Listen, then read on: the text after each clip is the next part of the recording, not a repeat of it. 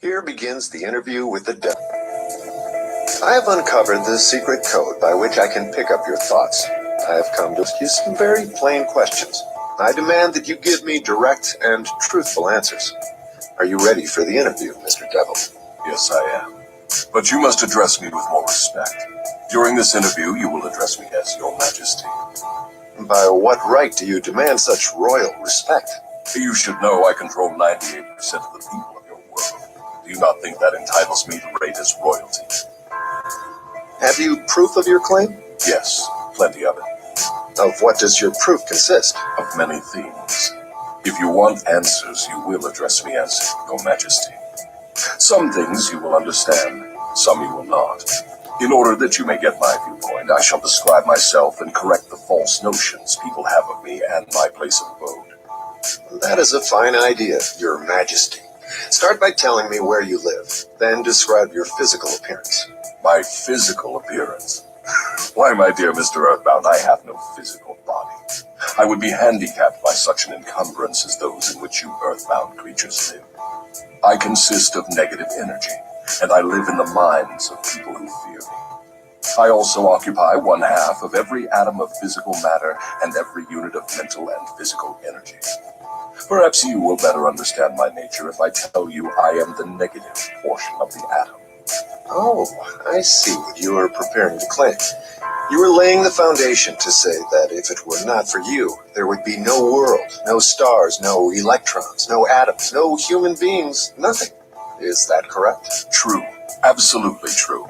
Well, if you only occupy 1/2 of energy and matter, who occupies the other half?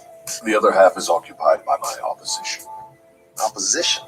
What do you mean? The opposition is what you earthbound call God. So you have the universe divided up with God. Is that your claim? Not my claim, but the actual fact. Before this interview is finished, you will understand why my claim is true. You will also understand why it has to be true, or there could be no world such as yours, no earthbound creatures such as you. I am no beast with a forked tongue and a spiked tail. But you do control the minds of 98 out of every 100 people. You said so yourself. Who causes all the misery in this 98% devil-controlled world if you do not? I have not said that I do not cause all the misery of the world. On the other hand, I boast of it. It is my business to represent the negative side of everything, including the thoughts of you earthbound people. How else could I control people? My opposition controls positive thought. I control negative thought. How do you gain control of the minds of people? Oh, that is easy. I merely move in and occupy the unused space of the human brain. I sow the seeds of negative thought in the minds of people so I can occupy and control the space. You must have many tricks and devices by which you gain and hold control of the human mind. To be sure, I employ tricks and devices to control human thought. My devices are clever ones, too. Go ahead and describe your clever tricks, Your Majesty. One of my cleverest devices for mind control is fear. I plant the seed of fear in the minds of people, and as these seeds germinate and grow, through use, I control the space they occupy. The 6 most effective fears are the fear of poverty, criticism, ill health, loss of love, old age, and death. Which of these 6 fears serves you most often, Your Majesty? The first and the last, poverty and death. At one time or another during life, I tighten my grip on all people through one or both of these. I plant these fears in the minds of people so deftly that they believe them to be their own creation. I accomplish this end by making people believe I am standing just beyond the entrance gate of the next life, waiting to claim them after death for eternal punishment. Of course, I cannot punish anyone, except in that person's own mind, through some form of fear. But fear of the thing which does not exist is just as useful to me as fear of that which does exist. All forms of fear extend the space I occupy in the human mind. Your Majesty, will you explain how you gained this control over human beings? The story is too long to be told in a few words. It began over 1 million years ago when the first man began to think. Up to that time, I had control over all mankind, but enemies of mine discovered the power of positive thought, placed it in the minds of men, and then began a battle on my part to remain in control. So far, I have done quite well by myself, having lost only 2% of the people to the opposition. I take it from your answer that men who think are your enemies. Is that right? It is not right, but it is correct. Well, tell me something more about the world in which you live. I live wherever I choose. Time and space do not exist for me. I am a force best described to you as energy. My favorite physical dwelling place, as I have told you, is in the minds of the earthbound. I control a part of the brain space of every human being. The amount of space I occupy in each individual's mind depends upon how little and what sort of thinking that person does. As I have told you, I cannot entirely control any person who thinks. You speak of your opposition. Just what do you mean by that? My opponent controls all the positive forces of the world, such as love, faith, hope, and optimism. My opponent also controls the positive factors of all natural law throughout the universe, the forces which keep the Earth and the planets and all the stars balanced in their courses. But these forces are meek in comparison with those which operate in the human mind under my control. You see, I do not seek to control stars and planets. I prefer the control of human minds. Where did you acquire your power, and by what means do you add to it? I add to my power by appropriating the mind power of the earthbound as they come through the gate at the time of death. 98 out of every 100 who come back to my plane from the earth plane are taken over by me, and their mind power is added to my being. I get all who come over with any form of fear. You see, I am constantly at work, preparing the minds of people before death, so I can appropriate them when they come back to my plane. Will you tell me how you go about your job of preparing human minds so you can control them? I have countless ways of gaining control of human minds while they are still on the earth plane. My greatest weapon is poverty. I deliberately discourage people from accumulating material wealth because poverty discourages men from thinking and makes them easy prey for me. My next best friend is ill health. An unhealthy body discourages thinking. Then I have countless thousands of workers on Earth who aid me in gaining control of human minds. I have these agents placed in every calling. They represent every race and creed, every religion. Who are your greatest enemies on Earth, Your Majesty? All who inspire people to think and act on their own initiative are my enemies. Such men as Socrates, Confucius, Voltaire, Emerson, Thomas Paine, and Abraham Lincoln. And you are not doing me any good either. Is it true that you use men who have great wealth? As I have already told you, poverty is always my friend because it discourages independence of thought and encourages fear in the minds of men. Some wealthy men serve my cause, while others do me great damage, depending on how the wealth is used. The great Rockefeller fortune, for example, is one of my worst enemies. That is interesting, Your Majesty. Will you tell me why you fear the Rockefeller fortune more than others? The Rockefeller money is being used to isolate and conquer diseases of the physical body in all parts of the world. Disease has always been one of my most effective weapons. The fear of ill health is second only to the fear of poverty. The Rockefeller money is uncovering new secrets of nature in 100 different directions, all of which are designed to help men take and keep possession of their own minds. It is encouraging new and better methods of feeding, clothing, and housing people. It is wiping out the slums in the large cities, the places where my favorite allies are found. It is financing campaigns for better government and helping to wipe out dishonesty in politics. It is helping to set higher standards in business practice and encouraging businessmen to conduct business by the golden rule. And that is not doing my cause any good. What about these boys and girls who are said to be on the road to hell? Are you in control of them? Well, I can answer that question only with yes and no. I have corrupted the minds of the young by teaching them to drink and smoke, but they have me baffled through their tendency to think for themselves. You say you have corrupted the minds of the young people with liquor and cigarettes. I can understand how liquor might destroy the power of independent thought, but do not see what cigarettes have to do with helping your cause. You may not know it, but cigarettes break down the power of persistence. They destroy the power of endurance. They destroy the ability to concentrate. They deaden and undermine the imaginative faculty, and help in other ways to keep people from using their minds most effectively. Do you know I have millions of people, young and old of both sexes, who smoke 2 packages of cigarettes a day? That means I have millions of people who are gradually destroying their power of resistance. One day I shall add to their habit of cigarette smoking other thought-destroying habits, until I shall have gained control of their minds. Habits come in pairs, triplets, and quadruplets. Any habit which weakens one's willpower invites a flock of its relatives to move in and take possession of the mind. The cigarette habit not only lowers the power of resistance and discourages persistence, but it invites looseness in other human relationships. I never thought that cigarettes were a tool of destruction, Your Majesty. But your explanation throws a different light on the subject. How many converts to the habit do you now claim? I am proud of my record. Millions are now victims, and the number is increasing daily. Soon I shall have most of the world indulging in the habit. In thousands of families, I now have followers of the habit, including every member of the family. Very young boys and girls are beginning to take up the habit. They are learning how to smoke by observing their parents and older brothers and sisters. Which do you consider to be your greater tool for gaining control of human minds? Cigarettes or liquor? Without hesitation, I would say cigarettes. Once I get a young person to join my 2-package-a-day club, I have no trouble in inducing that person to take on the habit of liquor, overindulgence of sex, and all other related habits which destroy independence of thought and action. Your Majesty, when I began this interview, I had you all wrong. I thought you were a fraud and a fake, but I see now that you are quite real and very powerful. Your apology is accepted, but you need not have bothered. Millions of people have questioned my power, and I got most of them at the gate as they came over. I ask no person to believe in me. I prefer that people fear me. I am no beggar. I take what I want by cleverness and force.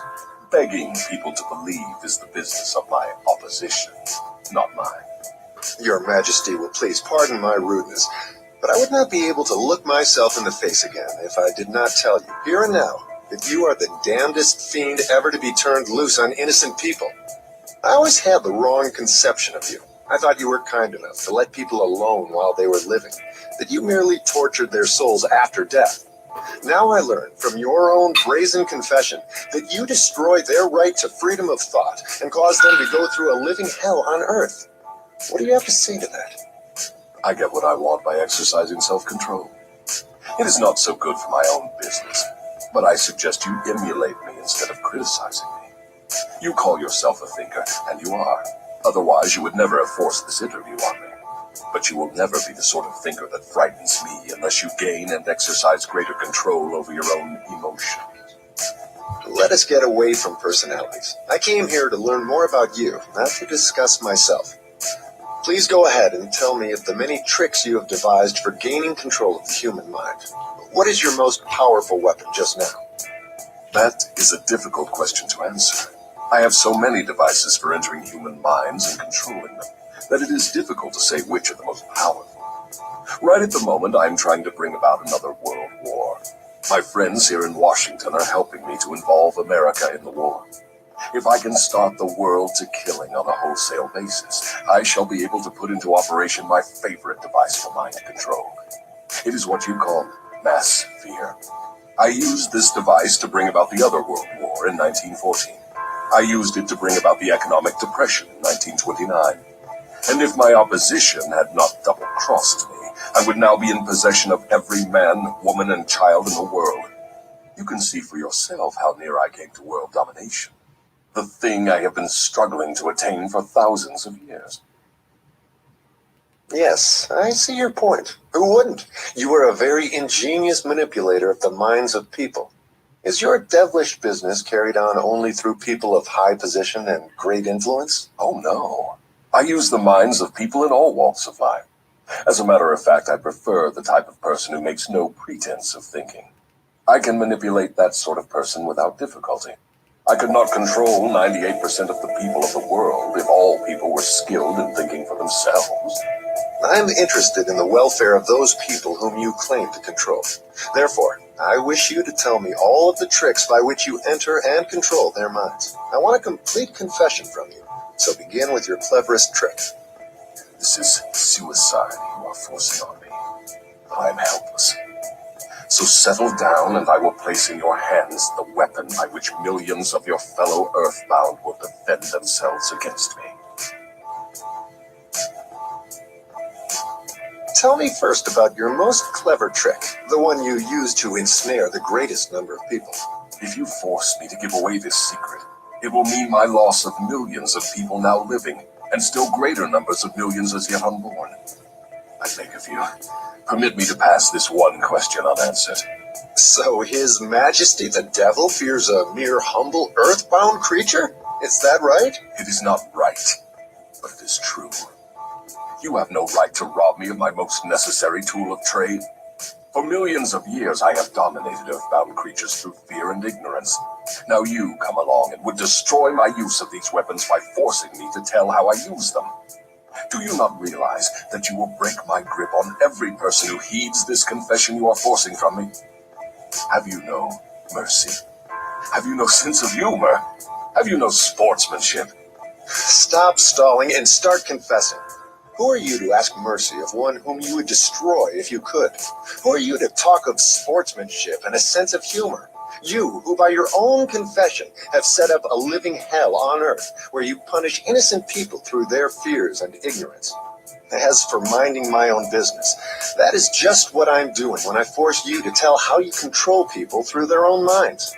My business, if it can be called a business, is helping to unlock the doors of the self-made prisons in which men and women are confined, because of the fears you have planted in their minds. My greatest weapon over human beings consists of two secret principles by which I gain control of their minds. I will speak first of the principle of habit, through which I silently enter the minds of people. By operating through this principle, I establish, I wish I could avoid using this word, the habit of drifting. When a person begins to drift on any subject, he is headed straight toward the gates of what you earthbound call hell. Describe all the ways in which you induce people to drift. Define the word and tell us exactly what you mean by it. I can best define the word drift by saying that people who think for themselves never drift, while those who do little or no thinking for themselves are drifters. A drifter is one who permits himself to be influenced and controlled by circumstances outside of his own mind. He would rather let me occupy his mind and do his thinking than go to the trouble of thinking for himself. A drifter is one who accepts whatever life throws in his way without making a protest or putting up a fight. He doesn't know what he wants from life and spends all of his time getting just that. A drifter has lots of opinions, but they are not his own. Most of them are supplied by me. A drifter is one who is too lazy mentally to use his own brain. That is the reason I can take control of people's thinking and plant my own ideas in their minds. I think I understand what a drifter is. Tell me the exact habits of people by which you induce them to drift through life. Start by telling me when and how you first gain control of a person's mind. My control over the mind of a human being is obtained while the person is young. Sometimes I lay the foundation for my control of a mind before the owner of it is born, by manipulating the minds of that person's parents.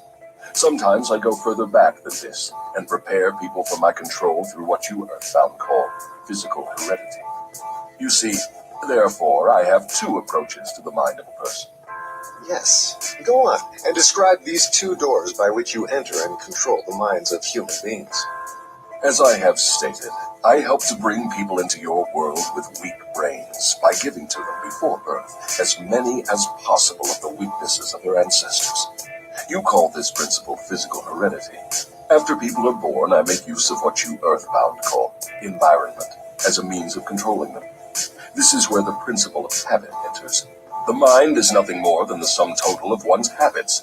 One by one, I enter the mind and establish habits, which lead finally to my absolute domination of the mind.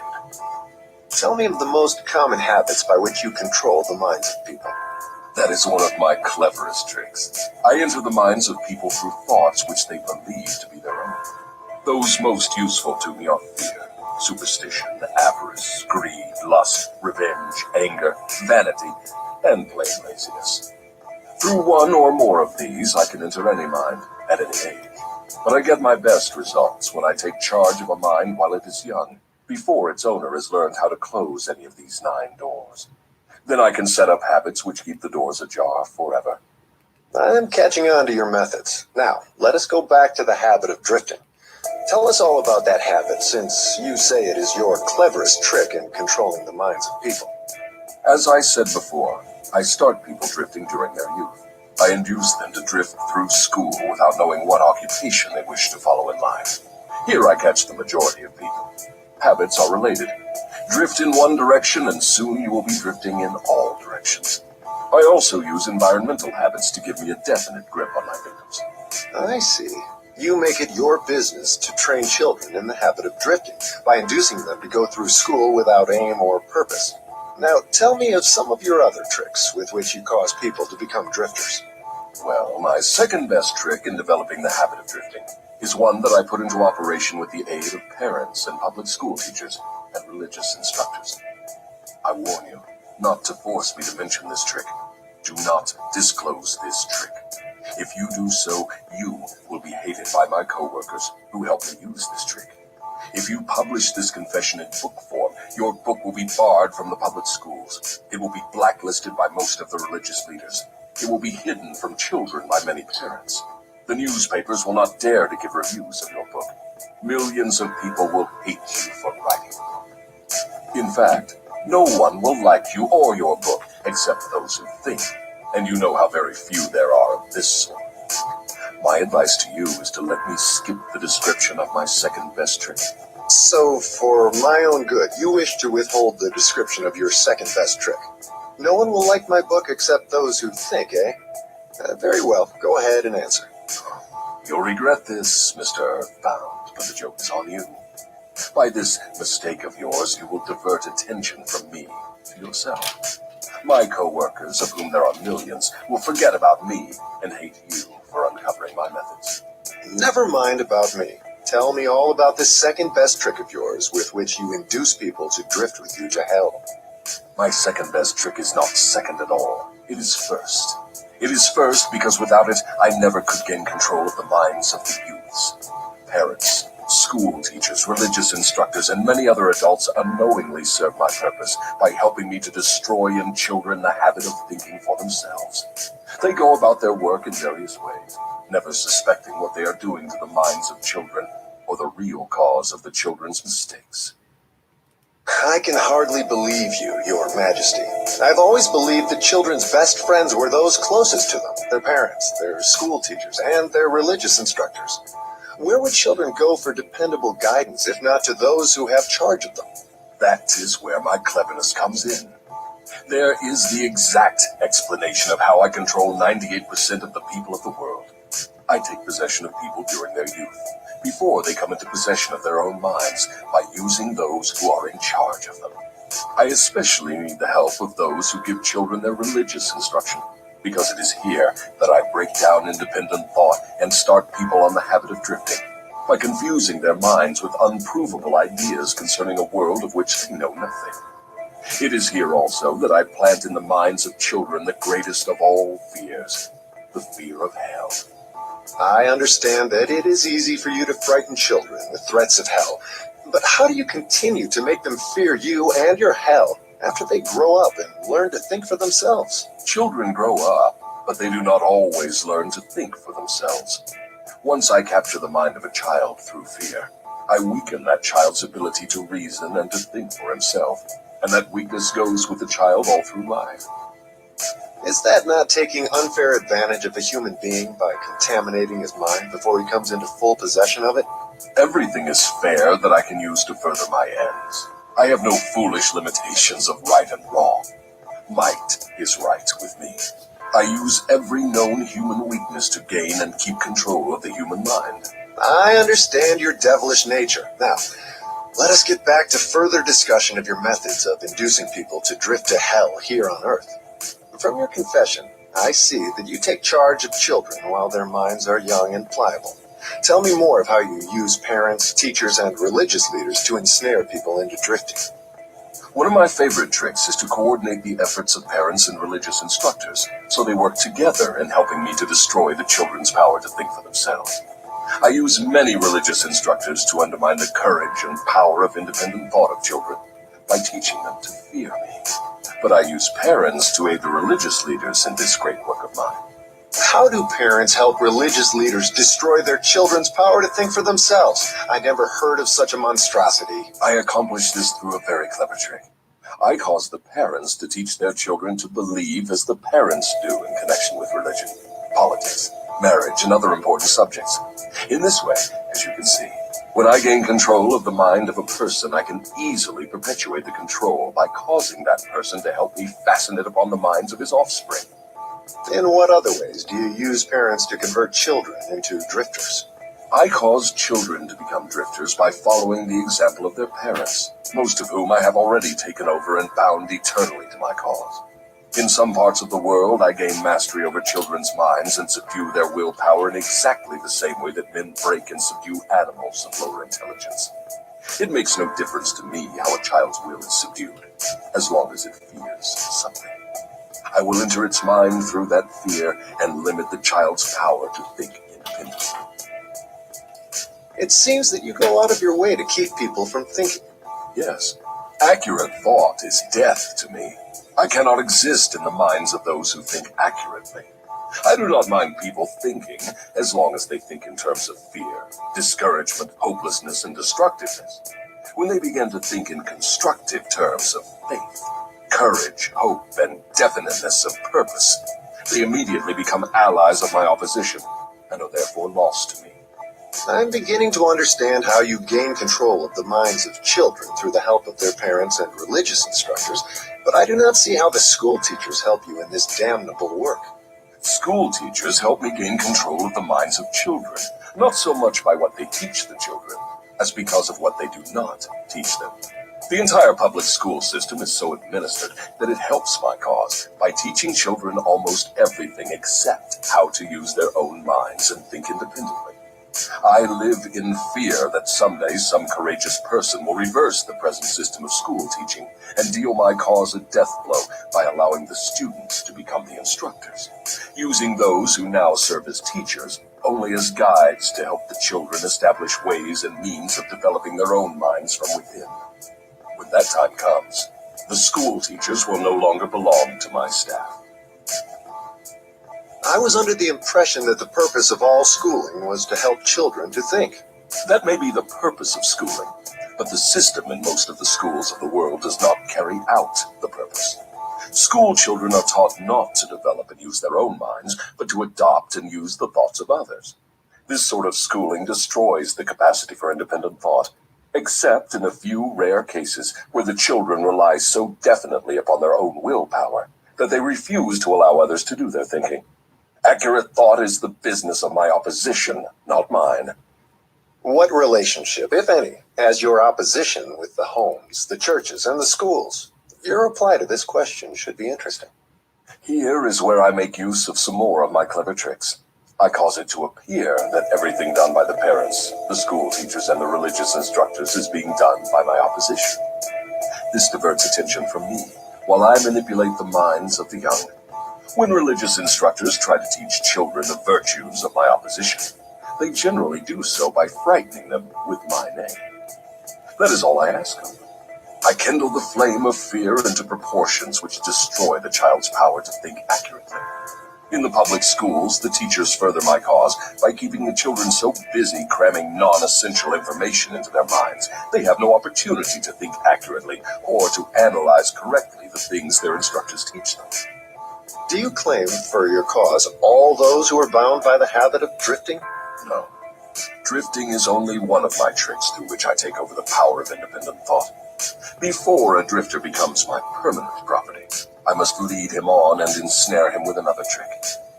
I will tell you about this other trick after I finish describing my methods of converting people into drifters.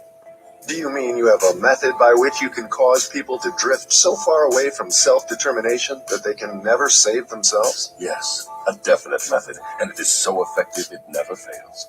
Do I understand you to claim your method is so powerful your opposition cannot reclaim those whom you have permanently ensnared through drifting? I claim just that. Do you think I would control so many people if my opposition could prevent me? Nothing can stop me from controlling people except people themselves. Nothing can stop me except the power of accurate thought. People who think accurately do not drift on any subject. They recognize the power of their own minds. Moreover, they take over that power and yield it to no person or influence. Go ahead and tell me more of the methods by which you cause people to drift to hell with you. I cause people to drift on every subject through which I can control independent thought and action. Take the subject of health, for example. I cause most people to eat too much food, and the wrong sort of food. This leads to indigestion and destroys the power of accurate thought. If the public schools and the churches taught children more about proper eating, they would do my cause irreparable damage. Marriage. I cause men and women to drift into marriage without plan or purpose designed to convert the relationship into harmony. Here is one of my most effective methods of converting people into the habit of drifting.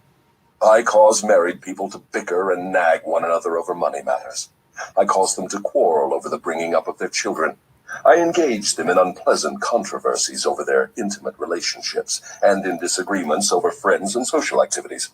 I keep them so busy finding fault with one another that they never have time to do anything else long enough to break the habit of drifting. Occupation. I teach people to become drifters by causing them to drift out of school into the first job they can find, with no definite aim or purpose except to make a living. Through this trick, I keep millions of people in fear of poverty all their lives. Through this fear, I lead them slowly but surely onward until they reach the point beyond which no individual ever has broken the drifting habit. Savings. I cause people to spend freely and to save sparingly, or not at all, until I take complete control of them through their fear of poverty. Environment. I cause people to drift into inharmonious and unpleasant environments in the home, in their places of occupation, in their relationship with relatives and acquaintances, and to remain there until I claim them through the habit of drifting. Dominating thoughts. I cause people to drift into the habit of thinking negative thoughts. This leads to negative acts and involves people in controversies and fills their minds with fears, thus paving the way for me to enter and control their minds. When I move in, I do so by appealing to people through negative thoughts, which they believe to be their own. I plant the seeds of negative thought in the minds of people through the pulpit, the newspapers, the moving pictures, the radio, and all other popular methods of appeal to the mind. I cause people to allow me to do their thinking for them because they are too lazy and too indifferent to think for themselves. I conclude from what you say that drifting and procrastination are the same. Is that true? Yes, that is correct. Any habit which causes one to procrastinate, to put off reaching a definite decision, leads to the habit of drifting. Is man the only creature who drifts? Yes. All other creatures move in response to definite laws of nature. Man alone defies nature's laws and drifts when he wills. Everything outside the minds of men is controlled by my opposition, by laws so definite that drifting is impossible. I control the minds of men solely because of their habit of drifting, which is only another way of saying that I control the minds of men only because they neglect or refuse to control and use their own minds. This is getting to be pretty deep stuff for a mere human being. Let us get back to the discussion of something less abstract. Please tell me how this drifting habit affects people in the everyday walks of life, and tell me in terms the average person can understand. I would prefer to keep this interview up among the stars. No doubt you would. That would save you from being exposed. But let us come back to Earth. Tell me now what drifting is doing to us as a nation here in the United States. Frankly, I may as well tell you that I hate the United States as only the devil can hate. That is interesting. What is the cause of this hatred? The cause was born on July 4, 1776, when 56 men signed a document which destroyed my chances of controlling the nation. You know that document as the Declaration of Independence. Had it not been for the influence of that damnable document, I would now have a dictator running the country, and I would stop this right to free speech and independent thought that is threatening my rule on Earth. Am I to understand from what you say that nations controlled by self-appointed dictators belong in your camp? There are no self-appointed dictators. I appoint them all. Moreover, I manipulate them and direct them in their work. Nations run by my dictators know what they want and take it by force. Look what I have done through Mussolini in Italy. Look what I am doing through Hitler in Germany. Look what I am doing through Stalin in Russia. My dictators run those nations for me because the people have been subdued through the habit of drifting. My dictators do no drifting. That is why they rule for me the millions of people under their control. What would happen if Mussolini, Stalin, and Hitler turned traitors and disavowed you and your rule? That will not happen because I have them too well bribed. I am paying each of them with the sop of his own vanity, by making him believe he is acting on his own account. That is another trick of mine. Let us come back to the United States and learn something of what you are doing to convert people into the habit of drifting. Right now, I am paving the way for a dictatorship by sowing the seeds of fear and uncertainty in the minds of the people. Through whom are you carrying on your work? Mainly through the president. I am destroying his influence with the people by causing him to drift on the question of a working agreement between employers and their employees. If I can induce him to drift for another year, he will be so thoroughly discredited I can hand over the country to a dictator. If the president continues to drift, I will paralyze personal freedom in the United States, just as I destroyed it in Spain, Italy, Germany, and England. What you say leads me to the conclusion that drifting is a weakness which inevitably ends in failure, whether among individuals or nations. Is that your claim? Drifting is the most common cause of failure in every walk of life. I can control anyone whom I can induce to form the habit of drifting on any subject. The reason for this is twofold. First, the drifter is just so much putty in my hands, to be molded into whatever pattern I choose, because drifting destroys the power of individual initiative. Second, the drifter cannot get help from my opposition, because the opposition is not attracted to anything so soft and useless. Is that why a few people are wealthy, while the majority of people are poor? That is exactly the reason. Poverty, like physical illness, is a contagious disease. You find it always among the drifters, never among those who know what they want and are determined to get just that. It may mean something to you when I call your attention to the fact that the non-drifters, whom I do not control, and those who possess most of the wealth of the world, happen to be the same people. I have always understood that money was the root of all evil, that the poor and the meek would inherit heaven, while the wealthy would pass into your hands. What have you to say of that claim? Men who know how to get the material things of life generally know how to keep out of the hands of the devil as well. The ability to acquire things is contagious. Drifters acquire nothing except that which no one else wants. If more people had definite aims and stronger desires for material and spiritual riches, I would have fewer victims. I assume from what you say that you do not claim fellowship with the industrial leaders. Evidently, they are not friends of yours? Friends of mine. I'll tell you what sort of friends of mine they are. They have belted the entire country with good roads, thus bringing into close communion the people of both city and country. They have converted ores into steel, with which they have built the skeletons of great skyscrapers. They have harnessed electrical power and converted it into 1,000 uses, all designed to give man time to think. They have provided through the automobile personal transportation to the humblest citizen, thus giving to everyone the freedom of travel. They have provided every home with instantaneous news of what is happening in all parts of the world through the aid of the radio. They have reared libraries in every city, town, and hamlet, and have filled them with books, giving to all who read a complete outline of the most useful knowledge mankind has gathered from his experiences. They have given the humblest citizen the right to express his own opinion on any subject, at any time, anywhere, without fear of molestation. And they have seen to it that every citizen may help make his own laws, levy his own taxes, and manage his own country through the ballot. These are but some of the things the industrial leaders have done to give every citizen the privilege of becoming a non-drifter. Do you think these men have helped my cause? Who are some of the present-day non-drifters over whom you have no control? I have control over no non-drifter, present or past. I control the weak, not those who think for themselves. Go ahead and describe a typical drifter. Give your description point by point so I can recognize the drifter when I see him. The first thing you will notice about a drifter is his total lack of a major purpose in life. He will be conspicuous by his lack of self-confidence. He will never accomplish anything requiring thought and effort. He spends all he earns and more, too, if he can get credit. He will be sick or ailing from some real or imaginary cause, and calling to high heaven if he suffers the least physical pain. He will have little or no imagination. He will lack enthusiasm and initiative to begin anything he is not forced to undertake. And he will plainly express his weakness by taking the line of least resistance whenever he can do so. He will be ill-tempered and lacking in control over his emotions. His personality will be without magnetism, and it will not attract other people. He will have opinions on everything but accurate knowledge of nothing. He may be jack of all trades, but good at none. He will neglect to cooperate with those around him, even those on whom he must depend for food and shelter. He will make the same mistake over and over again, never profiting by failure. He will be narrow-minded and intolerant on all subjects, ready to crucify those who may disagree with him. He will expect everything of others, but be willing to give little or nothing in return. He may begin many things, but he will complete nothing.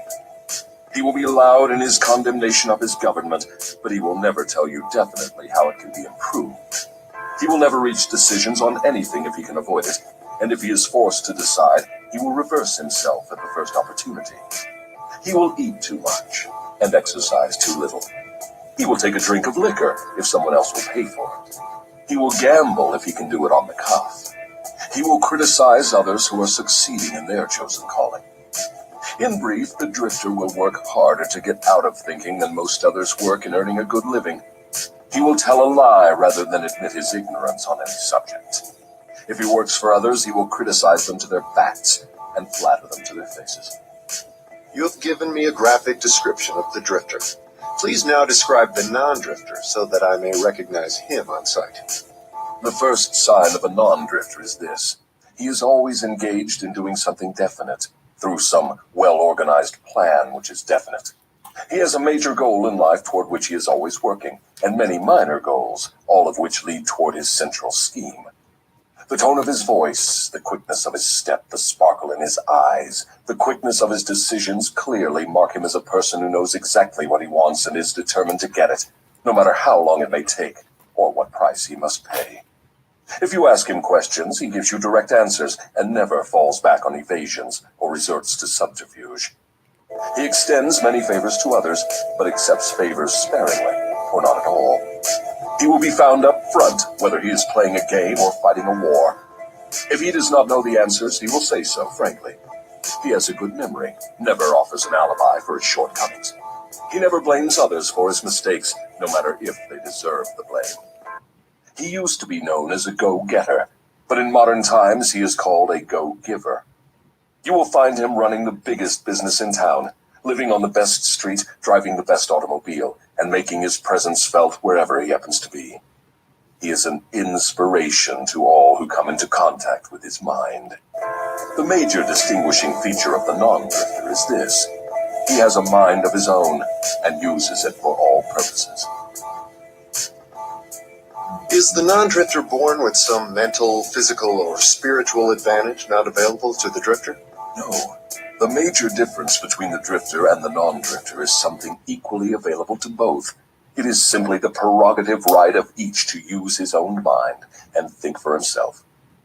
What brief message would you send to the typical drifter if you wished to cure him of this evil habit? I would admonish him to wake up and give. Give what? Some form of service useful to as many people as possible. So the non-drifter is supposed to give, is he? Yes, if he expects to get. And he must give before he gets. Some people doubt that you exist. I wouldn't worry about that if I were you. Those who are ready to be converted from the habit of drifting will recognize the authenticity of this interview by its soundness of counsel. The others are not worth the trouble it would take to convert them. Why do you not try to stop me from publishing this confession I'm wringing from you? Because that would be the surest of all ways to guarantee you will publish it. I have a better plan than trying to suppress publication of my confession. I will urge you to go ahead with the publication, then sit back and watch you suffer when some of my faithful drifters begin to make things hot for you. I will not need to deny your story. My followers will do that for me. See if they don't. If this confession of yours stopped right here, Your statement would be sound, but fortunately for millions of your victims who will gain their release because of your confession, this interview will continue until you have supplied me with the weapon by which you will eventually be restrained from domination of people through their fears and superstitions. Remember, Your Majesty, your confession has just begun. After I wring from you a description of the methods by which you control people, I will force you also to give the formula by which your control can be broken at will. It is true I shall not remain here long enough to defeat you, but the published word I leave behind me will be deathless because it will consist of truth. You fear the opposition of no individual because you know it will be short, but you do fear truth. You fear truth and nothing else, for the reason it is slowly but definitely giving human beings freedom from all manner of fear.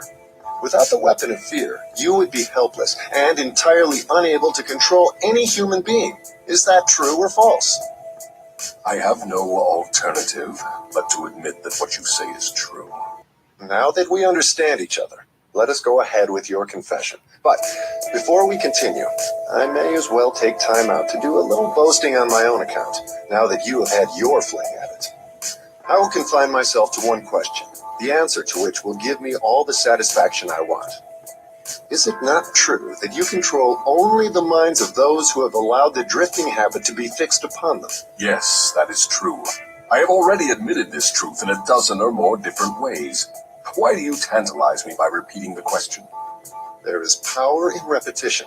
I'm forcing you to repeat the highlights of your confession in as many different ways as possible, so your victims may check this interview and determine its soundness by their own experiences with you. That is one of my little tricks. Do you approve of my method? You couldn't be setting a trap for me for the purpose of doing some more boasting, could you? I am asking the questions and you are doing the answering. Go ahead now and confess why you are powerless to stop me from forcing this confession from you. I want your confession for aid and comfort to victims of yours whom I intend to release from your control the moment they read your confession. I am powerless to influence or control you because you have found the secret approach to my kingdom. You know that I exist only in the minds of people who have fears. You know that I control only the drifters who neglect to use their own minds. You know that my hell is here on earth and not in the world that comes after death. And you know also that drifters supply all the fire I use in my hell.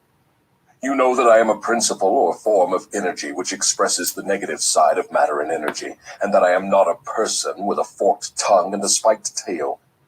You have become my master because you have mastered all your fears.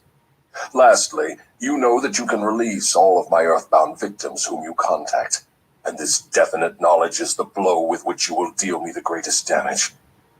I cannot control you because you have discovered your own mind and you have taken charge of it. There now, Mr. Earthbound, that confession should feed your vanity to the bursting point. That last dart was unnecessary.